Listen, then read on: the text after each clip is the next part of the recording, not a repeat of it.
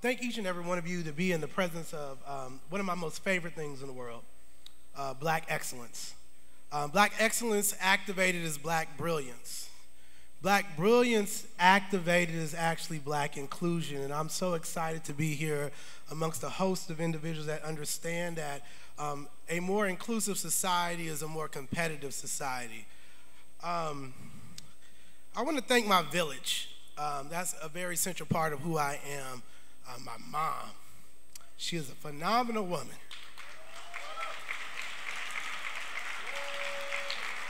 And she fine too.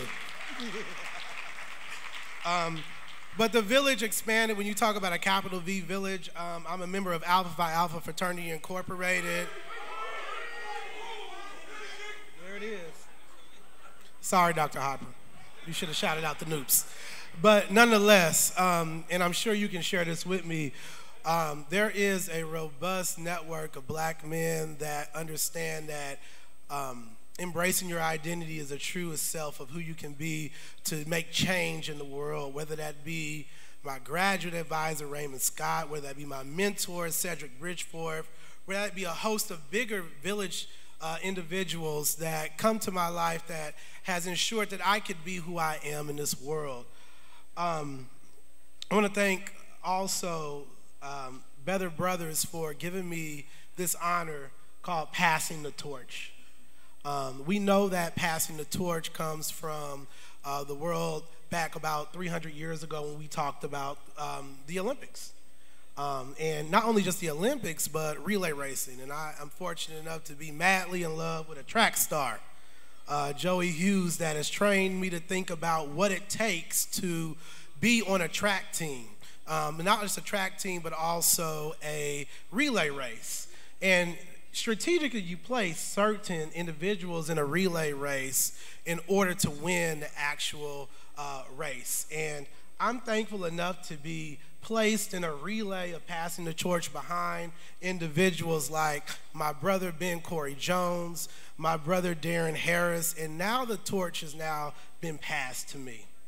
And the reality of this matter is that in a time such as this where federal chaos is wreaking havoc, and even here locally, we're making decisions about our future electorally. We're making decisions around how institutions embrace us as relates to diversity, equity, and inclusion. I commit to you, as you pass the torch to me, to blaze a new trail. Blaze a new trail when we talk about what Black America actually represents for this country. I'm talking about $1.4 trillion of buying power. And there's a difference when we talk about who we are and what we stand for in the context of what we actually generate in this economy and what it stands for. Since the first African was stolen from the continent and laid its feet here in America, there have been queer Africans amongst us in this African-American context. That's a fact, not an opinion. And the reality is this: we've been in this country long enough. We've built it. We've refined it. We've shaped it. We've given our best to it. We've birthed it. We've nursed it. And now it's time for us as a people to own it. We are shifting demographics across this nation where we're moving into a multicultural dominant society where Black buying power means way more than white male privilege.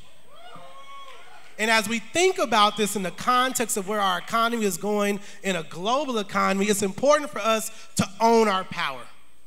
If Black people could just wield Twitter, if we could ensure that we utilize the innovations that we birth in this nation for our own benefit, the world would be much better. Why? Because we create a civilization. So the reality is this for me, as I am handed the torch and given the charge to blaze a trail. I hearken back to my frat brother's last speech on April 3rd, 1968, Martin Luther King Jr., when he talked about he's been to the mountaintop.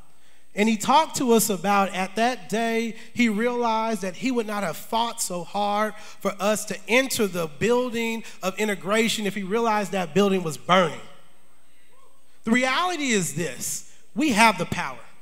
And it's important upon us now, as we live in our truth, that we own our truest power. Our truest power is this: everything that we do can be monetized and has been monetized, and we must ensure that that monetization goes back into our communities. I was so proud when I saw Adair and Jason on Netflix, and I saw somebody that looked like me. I was so proud when I tuned in on Wednesday nights to watch Pose, to ensure that the next generation of talent behind us understood what it was to be your true self. Now is the time for us to take a stand and move this movement forward. Martin Luther King Jr. was snatched from us not because he was fighting for human rights or civil rights. It was because he wanted to dismantle the morally bankrupt economy that our country was built on, and create an economy where we would be more inclusive of what built this economy.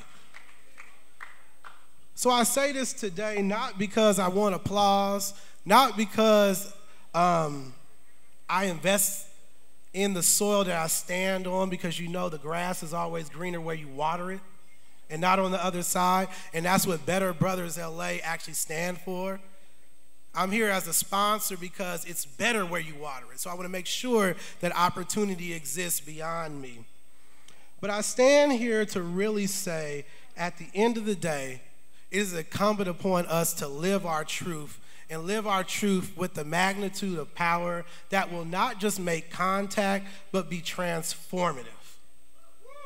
The reality is that to much is given, much is required. And I'm thankful to God that he has given me the blessings of family, friends, and most importantly, a village between those two that has challenged me to be my best self and live a life to ensure that the next generation behind me, the Zayas behind me, the young men and women behind me, understands that you can be from the hood.